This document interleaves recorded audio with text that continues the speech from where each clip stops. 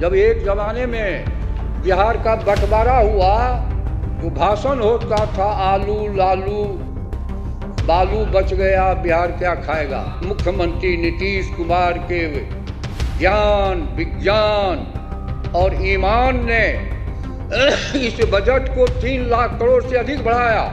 आदमी में अगर ईमान हो, चरित्र हो, ज्ञान हो तो पैसे की कमी नहीं होती है। पैसे का प्रबंध किया जाता है, जनता से पैसे लेके जनता में ही खर्च किया जाता है। कोई चारा घोटाला और बालू घोटाला नहीं होता है। नमस्कार, मेरा नाम आलोक है। आप लाइव स्ट्रीज देख रहे हैं।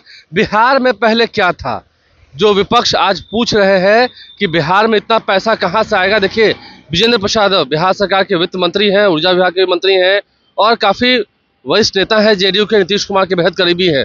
वो नीतीश कुमार के सामने ही जवाब दे रहे हैं। विपक्ष के नेताओं ने जो टिप्पणी की नीतीश कुमार के सामने बैठकर सदन के भीतर बिहार विधानसभा के शीतकालीन सत्र की कार्यवाही के दौरान, उस समय विजेंद्र प्रसाद ने उठकर जवाब दिया है। जब झारखंड अलग हुआ था बिहार से तो क्या कहते थे लोग और अब क्या कह रहे हैं बिहार के बारे में लोग।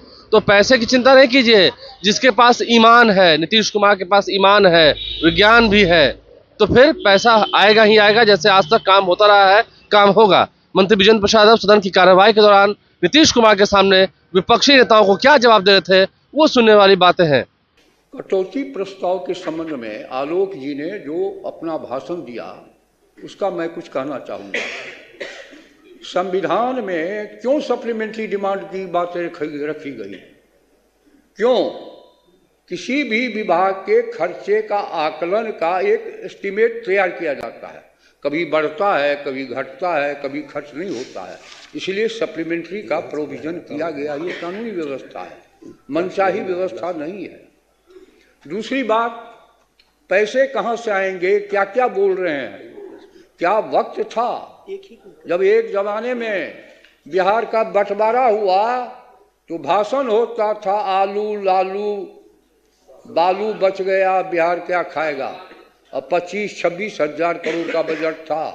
मुख्यमंत्री नीतीश कुमार के ज्ञान विज्ञान और ईमान ने इस बजट को 3 लाख करोड़ से अधिक बढ़ाया।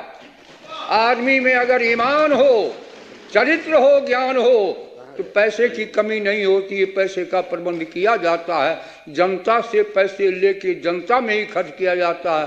कोई चारा घोटाला और बालू घोटाला नहीं होता है। महोदय, मुझे स्मरण है, मुझे और बात बोलिएगा तो और मैं पोल खोलूंगा।